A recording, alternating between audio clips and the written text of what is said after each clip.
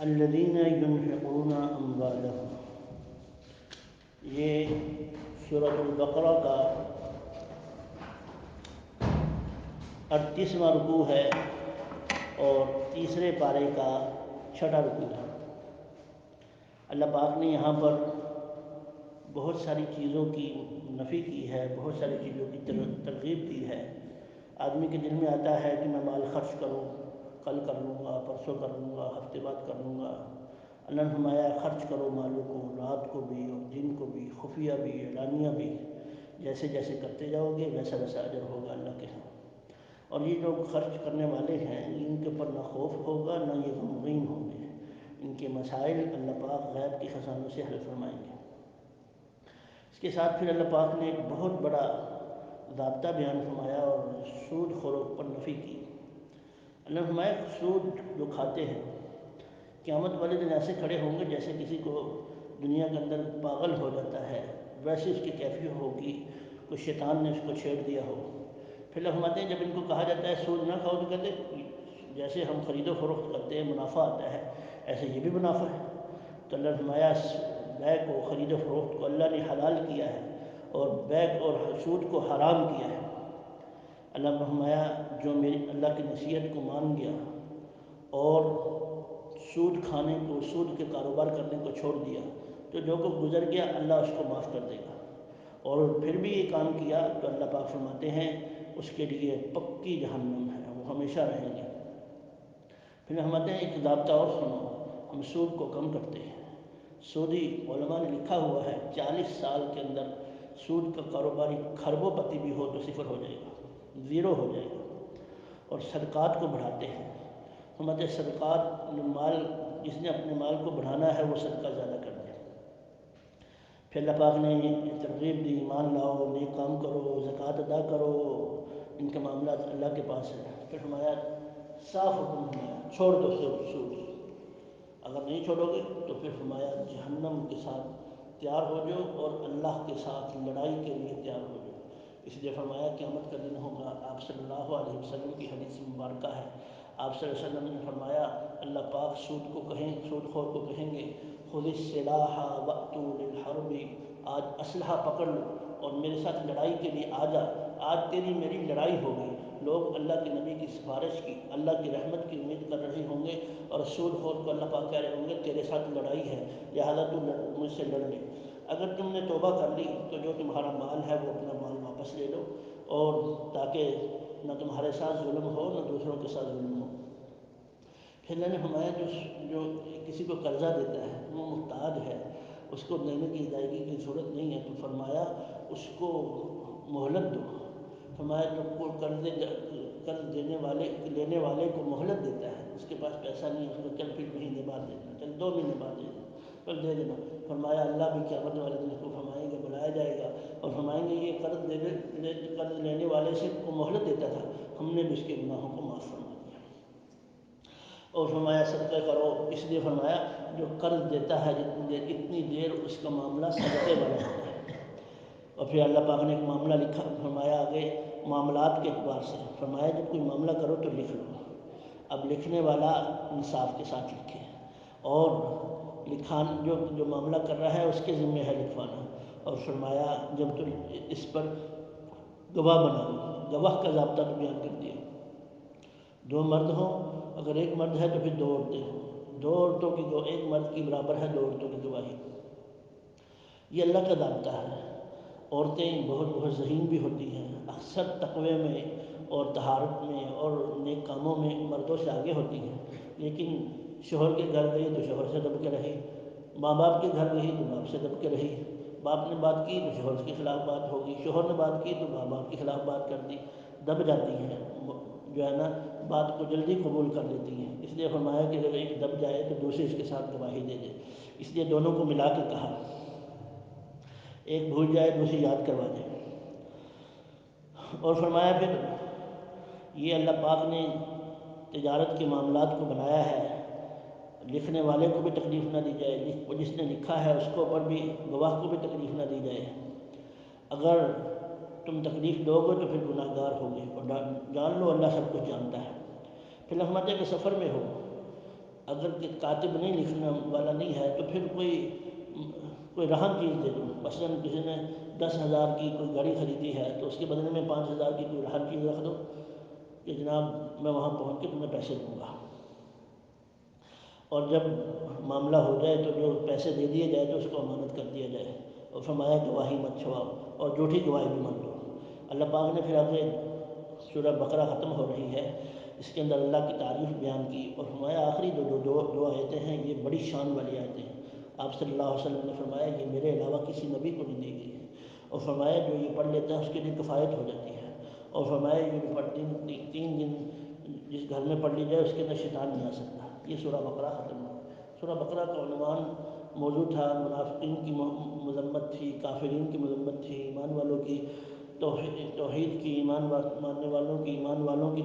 اللہ پاک نے درجات کو بیان فرمایا، پھر بنی اسرائیل کو بیان فرمایا، پھر اللہ پاک نے جو ہے عورتوں کے مسائل بیان کیے، طلاق عطاق کو بیان کیا، پھر اس کے بعد قبلے کی تبدیلی تھی وہ بیان کی.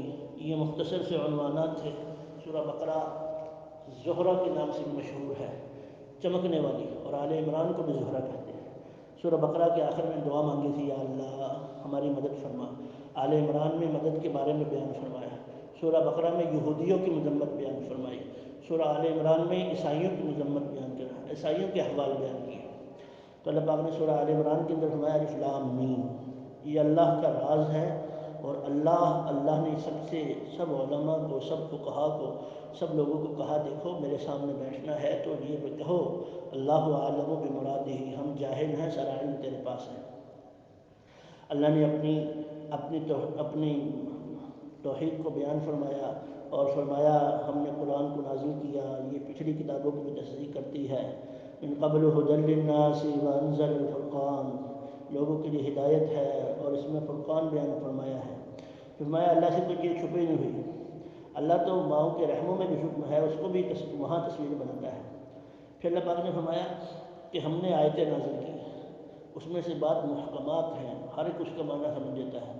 بات متشابہات ہے، ہر بندہ نہیں سمجھ سکتا. علم والے، اور وہ بھی گہرے علم والے، آپ صلی اللہ علیہ وسلم کے قریبی سنت کے مطابق چلنے والے. تو اس لیے فرمایا یہ قرآن ہر ایک کو سمجھ نہیں آتا. اللہ نے اس قرآن کے اندر علوم بھرے ہوئے ہیں. سائنس تو کوئی چیز نہیں، ٹیکنالوجی تو کوئی چیز نہیں، انجینئرنگ تو کوئی چیز نہیں. یہ علوم کا منبع ہے. ایک ایک لفظ سے سینکڑوں مسائل نکلتے ہیں، ایک لفظ سے ہزاروں مسائل نکلتے ہیں. اس لیے فرمایا اللہ کو ماننے والے بنیں اور اللہ کی اتباع کریں. جو علم والے ہیں وہ بھی یہی کہتے ہیں آمنا بہ کل من عند ربنا، سارا کچھ اللہ کی طرف سے ہے. پھر کہا موت تک دعا مانگتے رہو، ربنا لا تزغ قلوبنا، اے اللہ ہمارے دلوں کو ٹیڑھا مت کرنا جب ہدایت دے دی. وہب لنا من لدنک رحمۃ انک انت الوہاب. پھر آگے فرمایا اللہ پاک کو جو ہے تمہارے مالوں اور اولادوں کی کوئی ضرورت نہیں ہے. اللہ جو ہر چیز سے اللہ پاک سب کچھ ہے. لیکن الذین کفروا لن تغنی، جو کفر کیا نہیں نفع دے گا ان کو، ان کے مال، ان کی اولاد، کچھ بھی نہیں. پھر ہمیں قد کان لکم فی آیۃ فی فئتین التقطا، یہ صحابہ کے بارے میں 2 جماعتیں تھیں، ایک کو دوسرے کو چھوٹا دکھایا، دوسرے کو چھوٹا سکھایا.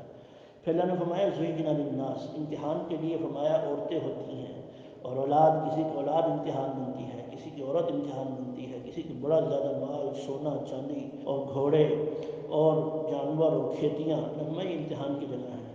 جو ان امتحانوں سے گزر گیا، عورتوں کے لیے مرد، مردوں کے لیے عورتیں، یہ سب امتحان ہیں. تو ہمارے جو امتحانوں سے گزر گیا اس کے لیے نعمتیں ہیں، انعامات ہیں، ہمیشہ ہمیشہ کے انعامات ہیں. وہ جنات میں رہیں گے ہم اور کامیاب ہوں گے.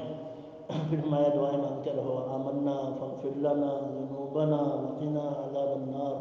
ہمارے یہ کون لوگ ہیں جن کو جنت ملے گی؟ صبر کرنے والے، سچے، قانتین اور خرچ کرنے والے، سحریوں میں رونے والے.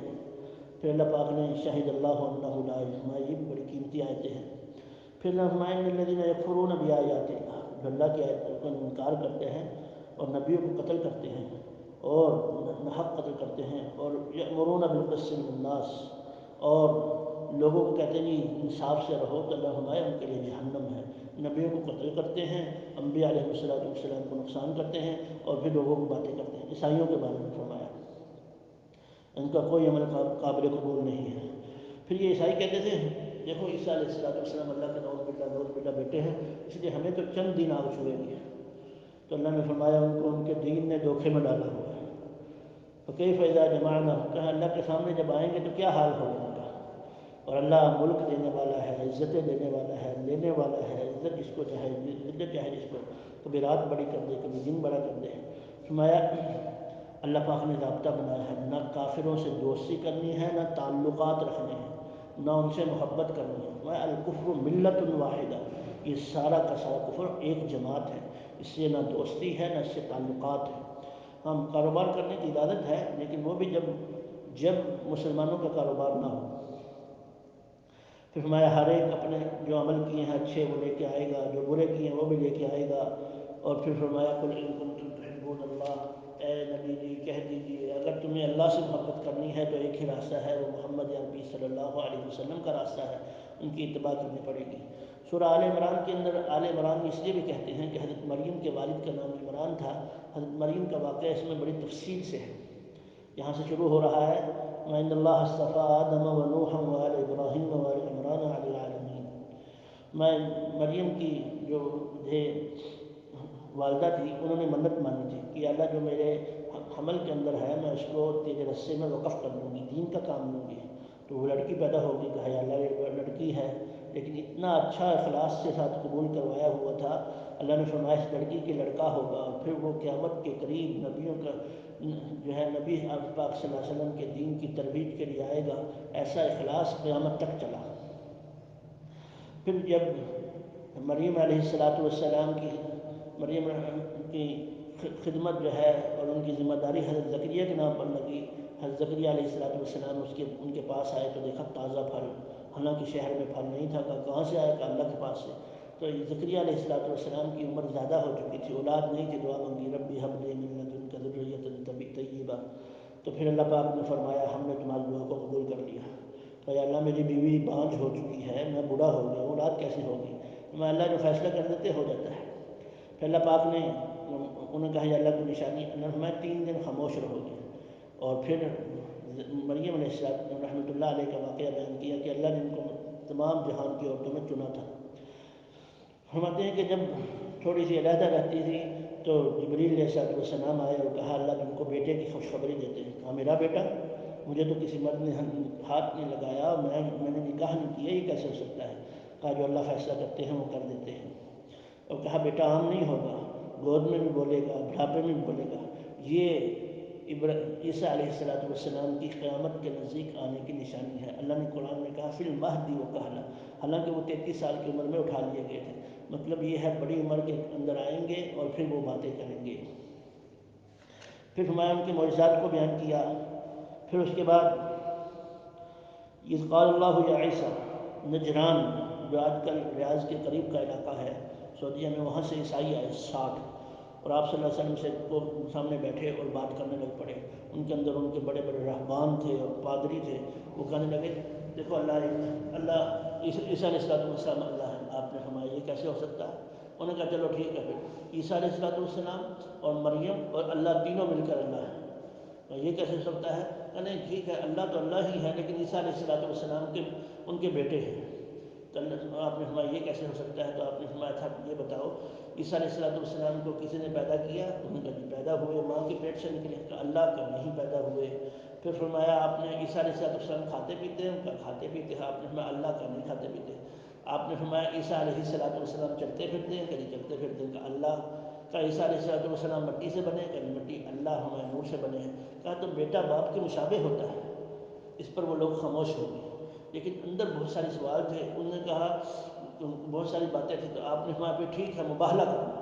مباہلہ یہ ہوتا ہے کہ دونوں فریق آ جاتے ہیں. آپ صلی اللہ علیہ وسلم حضرت فاطمہ، حضرت حسن حسین، حضرت علی آپ چادر میں لے کر آئے اور کہا یا اللہ یہ میرا خاندان ہے، لہذا تم بھی اپنے خاندان کو لے کر آ جاؤ.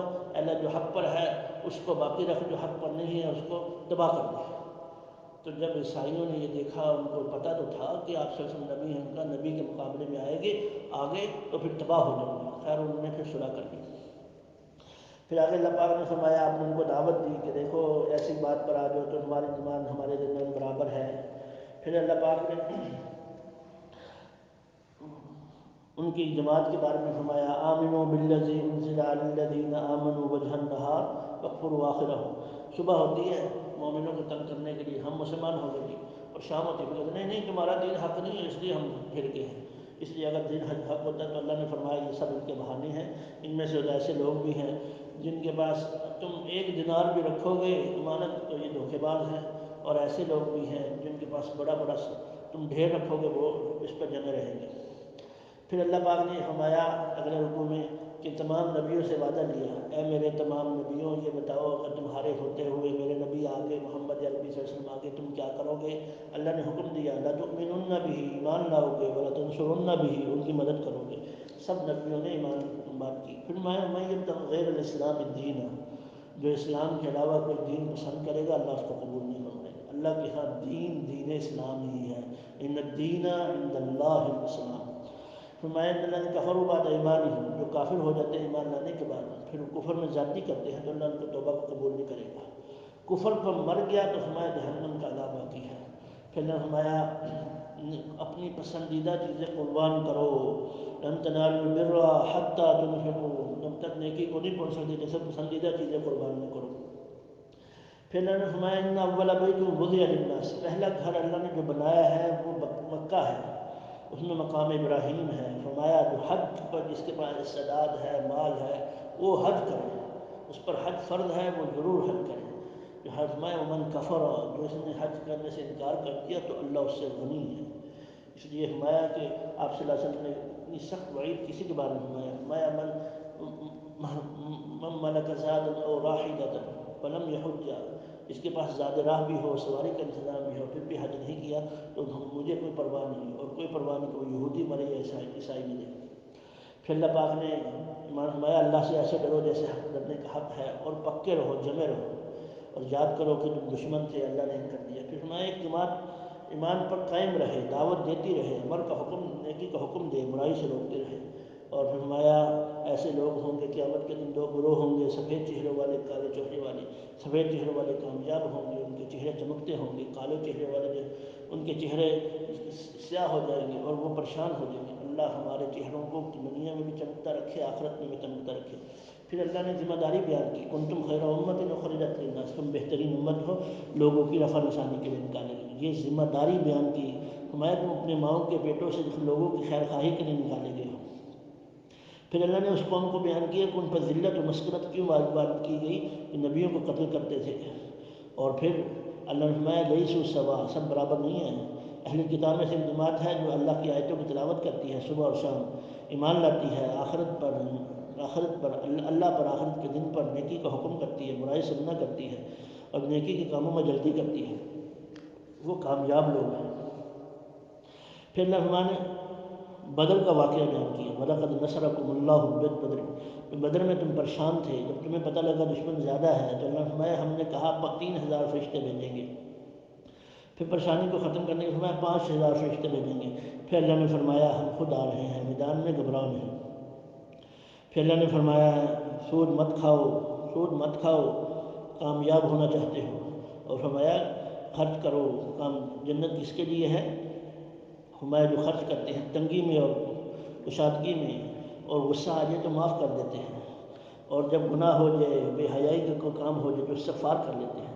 میں استغفار کرتے رہنا چاہیے، یہ بڑی بڑی مصیبتوں کو، بڑے بڑے مسائل کو حل کر دیتا ہے۔ پھر آپ صلی اللہ علیہ وسلم کے بارے میں احد میں آواز لگی تھی آپ شہید ہو گئے ہیں، تو آپ نے فرمایا، اللہ نے فرمایا ہمارے نبی اگر دنیا سے چلے جائیں گے تو تم کیا پھر جاؤ گے؟ یہ تو نبی ہیں، انہوں نے جانا ہی جانا ہے۔ یہ صحابہ کے لیے تسلی تھی کہ جمے رہنا ہے، آپ صلی اللہ علیہ وسلم جب دنیا سے جائیں جب بھی جمے رہنا ہے، صبر کرنا ہے، اور کہنا ہے ربنا آمنا فاغفر لنا ذنوبنا واسرافنا فی امرنا وثبت اقدامنا وانصرنا علی القوم الکافرین۔ پھر اللہ پاک نے بدر کے اندر، احد کے اندر جو زخم لگے تھے اس کی تسلی دی، ارے تمہیں زخم لگا ہے تو ان کو بھی لگا ہے، کوئی بات نہیں، جمے رہو۔ اس لیے یہ قرآن پاک کا یہ مختصر سے مختصر صرف یہ بتایا جا رہا ہے قرآن میں ہے کیا، قرآن میں ہے کیا، ورنہ قرآن ہر علوم کا مرجع اور خزانہ ہے۔ اللہ پاک ہمیں قرآن پر عمل کرنے کی، قرآن کو سیکھنے کی تفصیلاً عمل توفیق عطا فرمائے۔ وآخر دعوانا الحمد للہ رب العالمین۔